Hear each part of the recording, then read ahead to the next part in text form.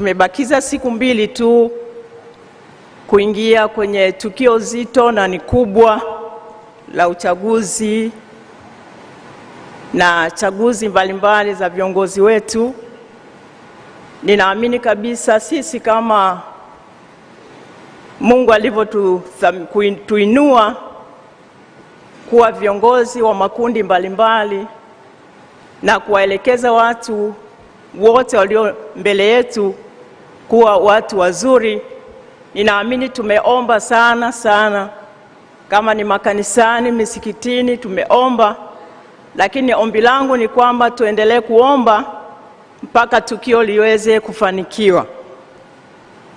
Na la pili au ombi langu, kuna mjumbe pia ametamka ambalo niliwaza moyoni mwangu kwamba baada ya uchaguzi, ombi langu na moyo wangu, Biblia inasema ya kwamba tafuteni amani na watu wote.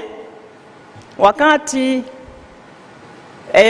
siasa ikiendelea au wanasiasa wakiendelea, mara nyingine huwa inatokea mambo tofauti, lakini sisi kama watoto wa baba mmoja mama mmoja wa Tanzania, uchaguzi ukikamilika, huyo baba ambaye atatupa au mama atatupa, basi amani ya watu wote itakuwa nzuri. Tushikamane pamoja, hata kama siasa ilienda sivyo au ndivyo, ni mambo ya kawaida, lakini basi atukumbatie wote kama watoto. Dini mbalimbali, sisi wa Tanzania tumezoea umoja na upendo. Mimi ni Mkristo, lakini shangazi yangu ni Muislamu, na mara nyingine huwa nawahi kula futari kwa shangazi, unaona.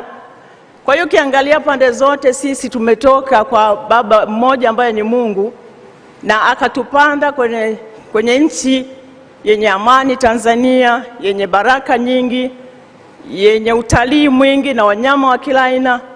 Hebu tujitahidi sana kulinda amani. Na ombi la mwisho ni kwamba siku ya kupiga kura, ninaomba sana tuwe na utulivu. Mara nyingine vijana wetu tunao makanisani, tunao kwenye misikiti, ni kujitahidi kuwaelekeza.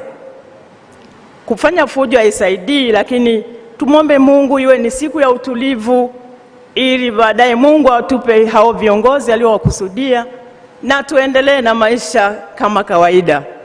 Mungu awabariki sana, Mungu aibariki Tanzania. Amen.